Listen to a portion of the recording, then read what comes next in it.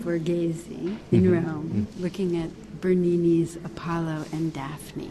Cupid has done some mischief, and has helped Apollo to fall in love with Daphne. Thanks to an arrow. And is pursuing her. And I think she's gotten an arrow of the opposite type. That's right. So she is repulsed by him. Right, but she's supposedly incredibly beautiful. So the story is that she appeals to her father. She's a nymph. She appeals to her father that she does not want to marry, and Apollo won't leave her alone. Cupid gives him a little assist, and he's able to actually catch up with her. And this is the moment when he wraps his arm around her. She calls out for her father's help, and her father solves the problem by turning her into a laurel tree. Which is happening even as he catches up to her. I was going to say, as we speak, because it feels like this is almost like a movie. Unfolding, yeah. It's true, in time. It's such an expression of the Borghese. Drapery that flies back behind Apollo. A kind of velocity. Whipping around his body, fluttering out behind him. But even as he's sort of really moving forward, and he's a beautifully, delicately rendered body,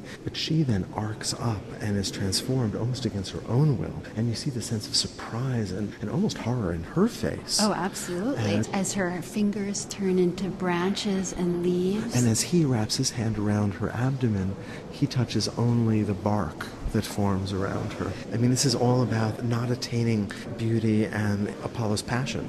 Almost having the thing that you want in your hands and having it slip out at that very moment when you attain it. But even as he's carelessly pursuing her, there is also delicacy for him.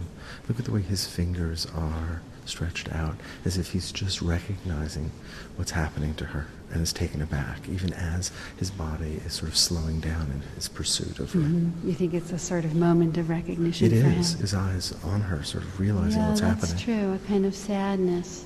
Sadness as he's taking in the expression of the tragedy on her face. And it also seems to me a kind of metaphor for sculpture itself, of turning one form into another. But this is, in a sense, a reversal of taking a natural material and turning it into flesh. This is the opposite. This is taking flesh and turning it back into a natural material. That you might sculpt out of. That's right. Wood. So that's interesting. This is a kind of meditation then on what sculpture is. And Bernini, more than anyone else, that's what he does. He makes marble seem like the wings of an angel or like a cloud.